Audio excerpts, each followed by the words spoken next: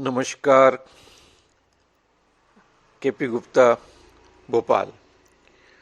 बहुत सारी रिसर्च हुई हैं, बहुत सारे लोगों ने किताबों में लिखा है, बहुत सारे लोगों ने अपनी जीवन शैली से भी ये प्रमाणित करने की कोशिश की है कि खुशी कहाँ से आती है।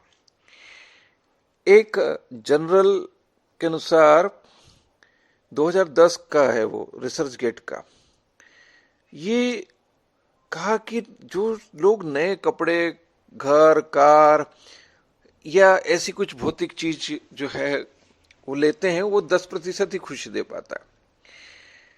90% जो खुशी है वो अपने जीवन जीने के तरीके पर निर्भर करती है।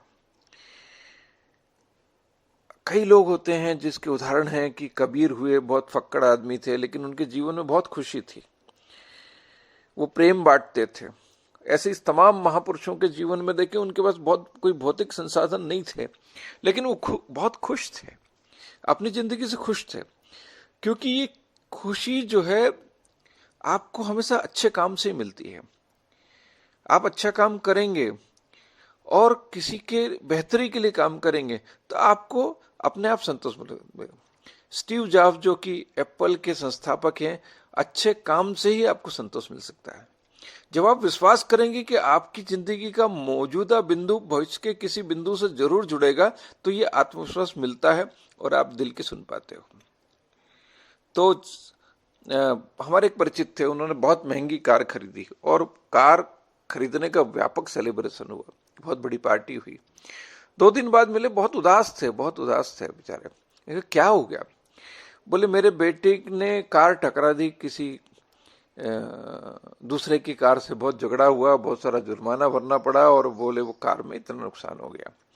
कल तक जो कार खुशी दे रही थी वो तकलीफ में कन्वर्ट हो गई। तो मुख्य बात यह है कि आपकी सेल्फ टॉक क्या है। यदि आपकी सेल्फ टॉक आपके प्रति पॉजिटिव है, आप अपने आप से जो बातें करते हैं वो सकारात्मक है, तो आप खुश रह सकते हैं। और यदि आप वो नकारात्मक बात करते, अरे ये हो गया, वो हो गया और कुछ नहीं, जीवन में बचा नहीं है। कई बार वो लोग जो है, जो बदलाव चाहते हैं जिंदगी में, बेहतर समाज को बनाना चाहते हैं, वो इस तरह की नेगेटिविटी से ग्रसित हो जाते हैं। भाई कितना भी कुछ हो, बदलाव तो आते हैं। शाहिद लुधियानवी ने कहा है वो सुबह तो हम ही से आएगी। और पैट्रिक कवाना ने अपनी किताब में लिखा है कि दुख को वृक्ष से गिरा हुआ पत्ता मानना चाहिए और बेहतर सुबह की कामना करना चाहिए। तो ये जो वक्त चल रहा है, ये वक्त में हमें वो भी खबर देखना चाहिए कि कितने लोग ऑक्सीजन के लिए काम कर रहे हैं, कितने लोग दवाइयों की पैकेट पहुंचा रहे हैं, कितने लोग, कुछ ऑटो ड्राइवर जो है फ्री में काम कर रहे हैं, ऑक्सीजन के लिए काम कर रहे हैं, फ्री फूड पैकेट बटाने के काम कर रहे हैं। बहुत सारे लोग बहुत काम कर रहे हैं। यदि प्रेरणा ढूंढेंगे तो हमारे आसपास ही मिलेगी। कोई नर्स प्रेरणा बन सकती है, कोई डॉक्टर प्रेरणा बन सकता है, बैंक में बैठा हुआ कैशियर प्रेरणा बन सकता है, या ऑक्सीजन सिलेंडर ले जाने वाला ऑटो ड्राइवर या ट्रक ड्राइवर या व्यवस्था में जुटे पुलिस कर्मचारी। ठीक है, तकलीफें हैं, हम उन समस्याओं पे बाद में बात कर लेंगे। एक प्रेरक वक्ता डैन हिजर ने कहा है, लोगों को प्रेरित करने के लिए आप अपना सुपर पावर न दिखाइए, बल्कि उनके सुपर पावर बताइए। लोगों के अंदर बहुत कुछ रहता है और वो बहुत कुछ बाहर निकालने की जरूरत है, वो सकारात्मकता बाहर निकालने की जरूरत है। और जब हम उनकी सकारात्मकता बाहर निकालेंगे और साथ में अपनी सकारात्मकता, हमको भी उदाहरण बनना पड़ेगा और शांत रहना पड़ेगा। शांत रहना बहुत जरूरी है। हम शांत रहेंगे तो देखते हैं कि नदी अपने भीतर जो है क्या क्या समा लेती है। कुछ लकड़ी के टुकड़े, कुछ रेत, लकड़ी, तमाम दुनिया। कई बार हम कचरा भी डाल देते हैं, लेकिन शांत भाव से चलती है, समुद्र की यात्रा करती है और समुद्र अपने अंदर नदी को समा लेता है।